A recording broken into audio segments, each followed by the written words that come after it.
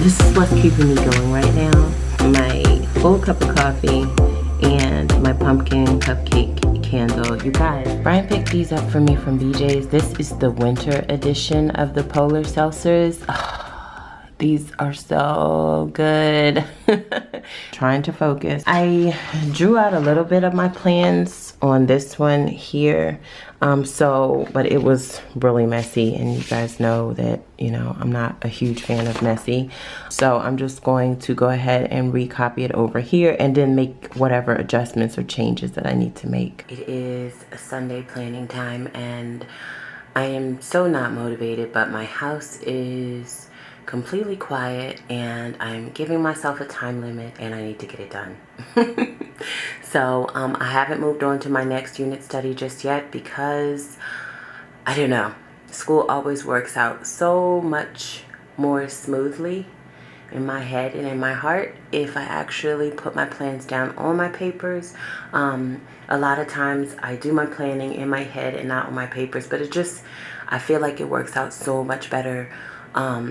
If anything, just so that I have the records already kind of accounted for and I don't have to have it hovering over my head about going back and making sure that I keep the records throughout the week. So it's not that homeschool doesn't go well when I don't put my plans on paper, but it's just that things go so much better. And I just brought the kids' morning baskets over so that they're a little bit closer to me. My main goal for right now is just to add their token points to each piece inside of their morning basket, which I'm really excited about because our token system is like gold around here. So adding it anywhere that I can is so good. So these are the points that I'm going to be adding to the things that are inside of their morning basket.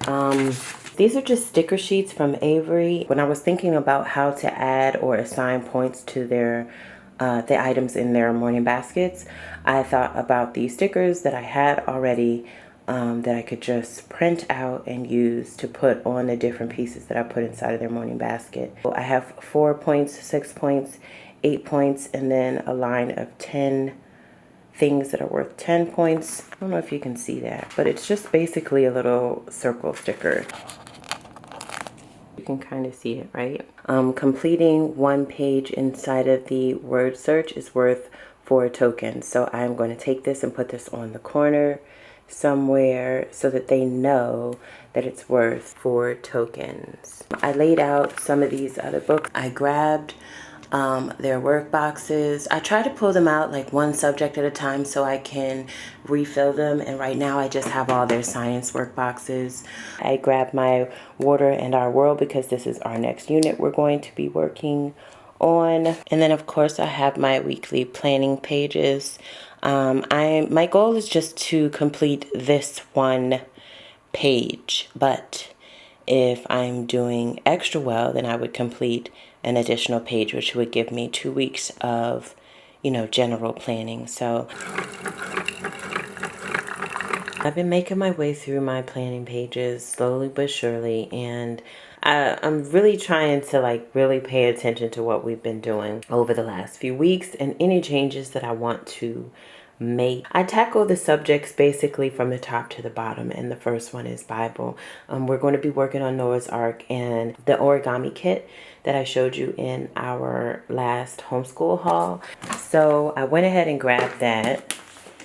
I know my boys are going to be able to do this, but obviously Savannah, I think this might, I don't know, she always surprises me and I really should stop underestimating her. But she is 5, and just in case, I tossed in our Noah's Ark book, which is great. Inside this book is so cute, and I'm thinking about doing a Noah's Ark map and maybe like a popsicle stick type of model. You guys, my planning time is really a lot of fun, and it takes forever because I don't know, I just try to be as creative as possible. But how cute is this? So I'm trying to think of something that we can do together to kind of build a model, and then I went ahead and grabbed these, which I love having things like these because I thought this would be fun to use popsicle sticks. I have my craft sticks over here, so I thought it would be fun to lay out a piece of cardboard maybe and use my popsicle sticks to create like a model, something like this one inside of that book, and then use our little animals to kind of sort through and put inside of the arc. I thought that would be kind of fun, hands-on for us to all do together. And then it's perfect because I think I'm going to go ahead and join this with the Noah's Ark lesson inside of our history from the good and the beautiful. Okay, that is over here. Yeah, right here. We've done this lesson before, but I have no problem with going back to it. And also, I switched over with the new Student Explorers. So last year we did the Student Explorer for grades 1 through 3, and I'll probably still use that same one for Savannah, but we moved over to the Student Explorer for grades 4 through 6.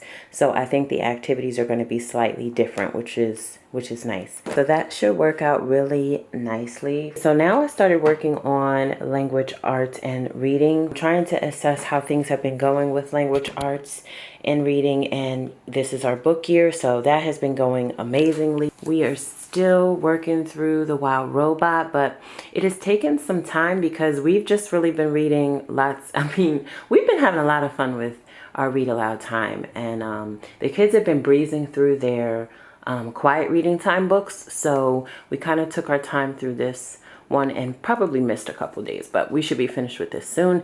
I have been doing level K and the pre-K with Savannah, and I think that is too slow. I think our book year reading time has really just catapulted her into like a whole new level as far as language arts is concerned. So I think that this is actually, I'm pretty sure that it's time for me to just kind of completely move her up. So we're going to do level K, and then I went and grabbed my printed out version of level 1, which is another reason why I absolutely adore The Good and the Beautiful, because I own level K and the pre-K level, but I was able to download level 1 and go ahead and get started in this one until I'm able to purchase, because this download is free on their website, which is amazing.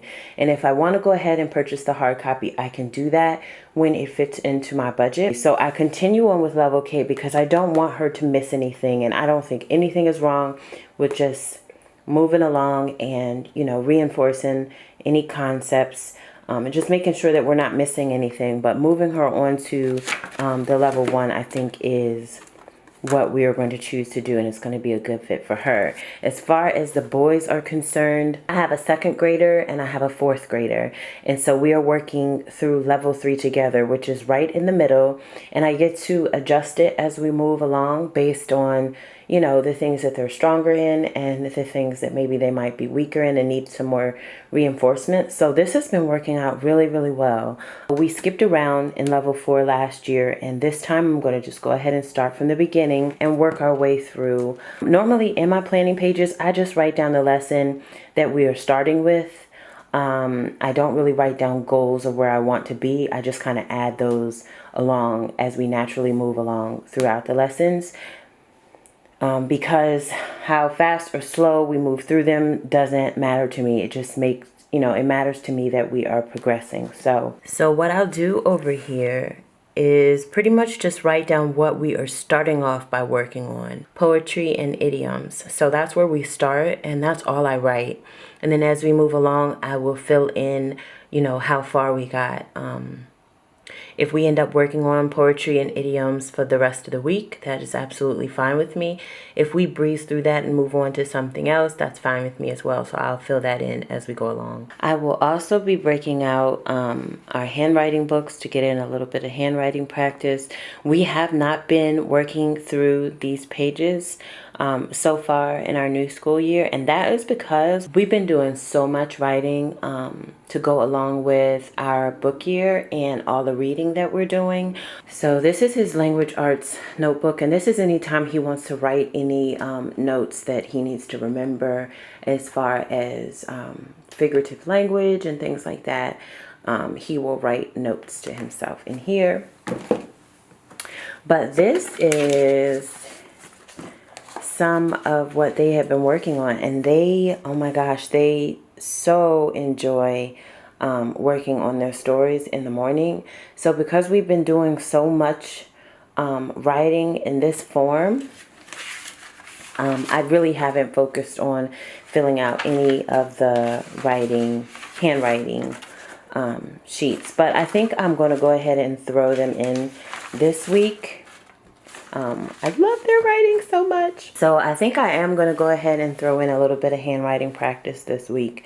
Maybe just print out a page or two and include it inside of their workbox, and they can finish it any day that they would like throughout the week. So I got these 2 pages laid out for the boys, and I'm going to put that in their work boxes. But for Savannah, I moved her on from the Good and the Beautiful handwriting to this one here. I picked this up from our Ollie's, and I really like these books. The Brainy Book of Handwriting, I have this in the Brainy Book of Addition and Subtraction and Multiplication and Division. I really like the way they lay these workbooks out. So she's going to use this one.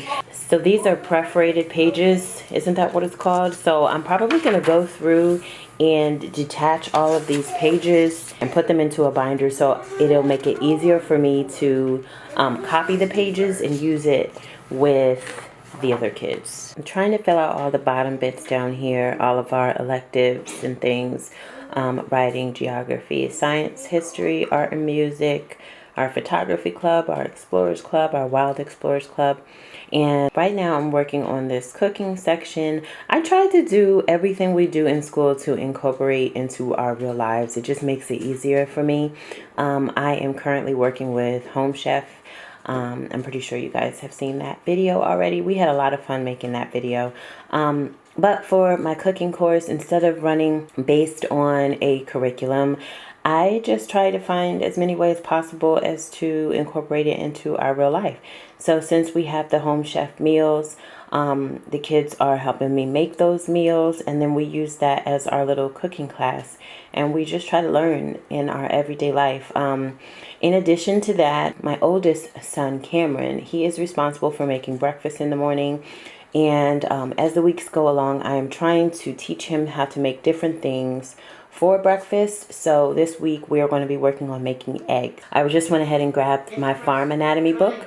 I just try to find as many ways possible to incorporate these resources that I already have into our lessons and things. So I thought this would be a great addition, because I know that it talks about the different pieces of equipment that you use on the farm, but also it covers the things that come from the farm. So I bookmarked this section here because I know that the recipe that we're going to be making from our Home Chef box includes some herbs, and I believe they are like basil and parsley and cilantro. So I thought this would be a good page to bookmark.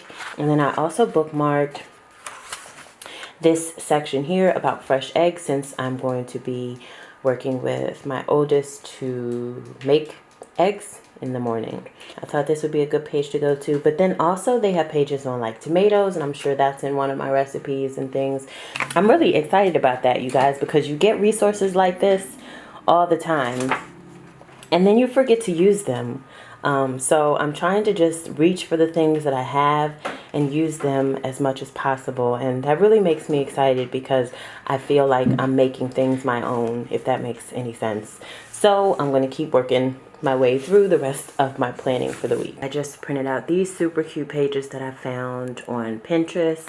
How I handle Pinterest, you guys, is because I don't want it to be information overload, but I basically just go back to the sections that I pinned just to kind of help jumpstart my creativity and inspire me. But I don't try to add everything to my plate, because that's just not wise for us. I did find this printable packet for Noah's Ark. I thought the story sequence would be a lot of fun for a storyboard. I am making my way through the rest of our electives, and I hadn't been doing a good job. If you watched my what we were doing over the summer, which my summer plans got all extra mixed up, we were supposed to be doing the Wild Explorers Club and the snapshot for kids online photography course. So we didn't get very far in that. So I am restarting that, which is this snapshot online photography school. We are going to be working on lesson 1, which is focusing. I went ahead and added that to our electives below. Lesson 1, focusing. And then here's my Wild Explorers Club. We are going to be doing the wolf assignment 1 through 3. We're just starting all the way over because we just didn't get to properly get into it like I wanted to. For business, which is the last one, I figure I'll go ahead and talk about that. We are doing training. So I have really been slacking on the Falco kids, but the kids are super pumped because we're going to start a several-week training because really this is their business. So they're going to be in training and we're going to talk about why we work. The goal is to get them to understand we believe in giving of our gifts. So the scripture that we're going to be focusing on is Colossians 3:23. Whatever you do, work at it with all your heart as working for the Lord and not for men. So we're going to tie that scripture into our training course for business. We're going to jump back into this by creating our backpacks and doing the first couple of assignments. So we're just going to jump in by having them read through the newest edition of the magazine. Is anyone else a member of the Wild Explorers Club? I'm actually oddly excited about this little club. Some of the assignments are a little bit scary for me. I'm not normally an outdoorsy person, so this is definitely going to stretch me. And this is always the fun part in homeschool, just kind of stretching past your comfort zone and learning with the kids. So for science, as you can see here, we have 3 different sections for science. I've already answered this question before, but I'll go ahead and repeat it a little bit. I do have unit work, and most of our unit work topics for our unit studies are science related, but our unit studies are not always science related. It just so happens to be that way a lot of the times. But once a week, we still cover just general science topics. As you can see, I split it into kind of 3 sections, what we are doing on Wednesday for science. And that's because each section kind of corresponds to each individual child. So these are their science work boxes. This is actually the first time that I'm trying that out. Normally we do all of science together, and we're still going to be doing them together, but I just thought that it would be nice to have, like, I don't know, the beginning half of our science time for them to kind of do their individual studies, and at the end we can all come together and go over what we did individually and have that child kind of talk about what they learned. This workbox is for my oldest son. This is the Ada Twist Big Project Book for Stellar Scientists. He has to cover page 1 through 16. So he's going to be responsible for all of this and completing these little activities and filling out whatever needs to be filled out. And he's going to work his way all the way. This is page 10, 11, 12, 13. Well, no, my counting was all off, but you get the point. All the way up until this page. And then after he is finished, we'll all kind of come together. And he's responsible for telling us what he learned and kind of teaching us. This is like our student teacher portion of the day. So that's his. And then he has, of course, his notebook where he's going to write down all the things he felt like were important to kind of help him kind of teach his little lesson to us. Then I've had this for quite some time. This actually came with the first and only other curriculum set that I had used. So just really simple to go through, and she's really able to read this on her own now, which is nice, but I'll probably do it with her. They're just really simple little experiments with water. And then this last one, I know you guys have seen this before. Our Discover Kids Factivity book, Explore, Experiment, and Discover the World of Science. So we've worked our way through quite a bit of these, but like I said, we don't complete the activities inside of the book. We do them in our notebooks, which makes it really easy for us to do them again and again. So he's going to be working his way through this book as well. And then he has his notebook. As a general rule of thumb, we just pretty much will be starting from the beginning of the book again. But if there is something that's specific to what we are learning, he can just easily go to that page instead. I used to try to force them to stay on whatever I've assigned. I've learned that it really kills their sense of exploration and discovery because I can't think of any other words to describe it better than that. I try to go with what they're interested in overall, and most of the time if it's something that we're already covering, they are drawn to those things anyway. But just in case it's something else, I try not to get in the way of that. Just as long as he's completing it, it doesn't matter to me the order in which he's completing them. It just matters that he completes them. So that's inside of his. So now I have math and my unit study left, and then I'll be all done. For math, what I use very heavily is IXL. I absolutely love IXL. The kids are loving IXL, and I'm going to do a totally separate video just kind of showing how we use it. But as a general rule of thumb, we basically have to work our way through at least 2 modules per subject, whatever subject we are covering, and that is our electronic work that we do, and how I switch off between giving my attention to the boys and giving my attention to Savannah. The greatest thing about IXL is that it will show me exactly how long they spent on their progress. It will show me how many questions they got wrong or right, and that is really helpful to me so I can go back and recap where I need to kind of step in. Grabbed our Osmo numbers, our Brainy book for addition and subtraction for Savannah, and I grabbed one workbox to kind of show you. He's got his math notebook, his Brainy book of multiplication and division, their ruler. They are color coded. We've got this math kit in here. I basically start on IXL. I am absolutely loving it. It allows me like a ton of flexibility with moving around and kind of fitting the way we learn together. My kids really enjoy it. How we work this out is each of the kids has, and I'm going to do a more thorough video on IXL to kind of show you why we love it, how we use it, and all that other stuff. I actually need to see if there is a code for if you guys want to try it. I reached out to them when I purchased the math for my oldest son, and he was super kind in letting us try it out for a year, all of the subjects, and we can't say enough about it. I really can't, and I will explain why I really enjoy it and how we fit it in. So basically this is where I go and I kind of assess what we have been covering over the last few weeks. I am loving how I'm able to toggle between the different levels. We've been doing a lot of pre-K through first grade practice for Savannah, and for Cameron and Kendall we've been toggling between 3rd grade, 4th grade, and 5th grade. I can go to this section and choose each individual child that will show me the certificates that they've earned and all of their progress in different areas. And that really helps me to determine what we're going to work on next. I can see where they are kind of struggling or need a little extra help if we need to cover Roman numeral. And this is kind of where I gauge what we're going to cover this week.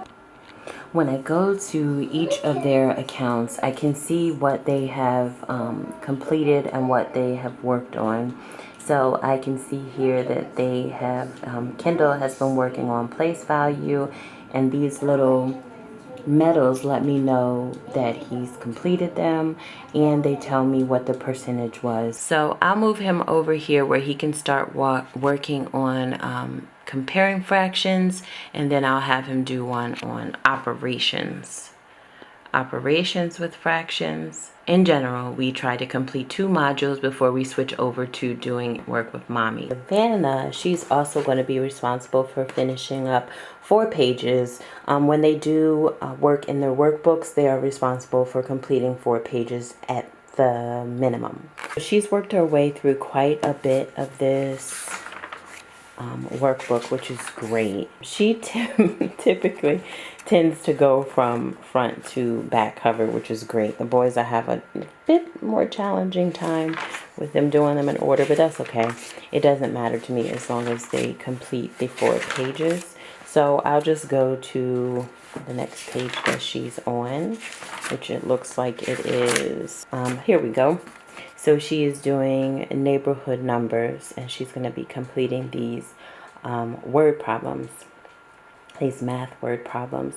So she's going to be responsible for 1, 2, 3, and 4 pages. So that is what she will be doing, and I'll just write in the page that she begins on. Okay guys, so my planning is all done. How it generally works is, this is the process that I kind of use for the beginning of the month, I guess. And these plans will last me through the rest of the month. I only plan that first week very heavily, and then the weeks that come after that just kind of get added to, if that makes any sense. Because when I plan out page by page, if we move slower or if we move faster, then I have to kind of erase and redo and all that other stuff. So I just found that if I have a very heavy starting place on that first week of the new unit, then I can move on and just kind of add in how we are progressing. And then that's how the rest of the weeks of the unit pan out. So normally it's about 4 to 6 weeks, give or take. And so that was me talking you through my planning process. And now I'm going to wait to another day to get what I sketched out onto our chalk wall, to fill up their work boxes, to redo their spelling list for the week, just all of that list. It's basically down at the bottom there. I just wrinkled my page and I'm very upset about it. But basically everything that's down here is what I actually need to physically do. My chalk wall, my spelling words I need to print out, the whiteboard I need to write what I planned. I need to pick the next read aloud. I actually did that. I gave them a choice of 3 and they chose my father's dragon. That is my plan. So I will show you guys all of that process in another video. In the meantime, I kind of have to move on. I am packing up to head over to the grandparents' house, so we have to pack up their science things. We just throw these things into their book bag. They take their binder and whatever we're going to be working on. It is going to be a Wednesday, so it's a science day. So just their notebook, whatever they're using for science, and any of their tools. We also grab their pencil box just to make sure we have highlighters and dry erase markers and all that other stuff. So this is Kindle stuff he's taking. Yay, you made it all the way to the end. Thank you guys so much for watching.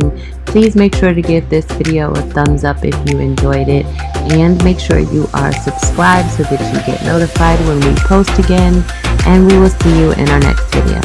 Bye.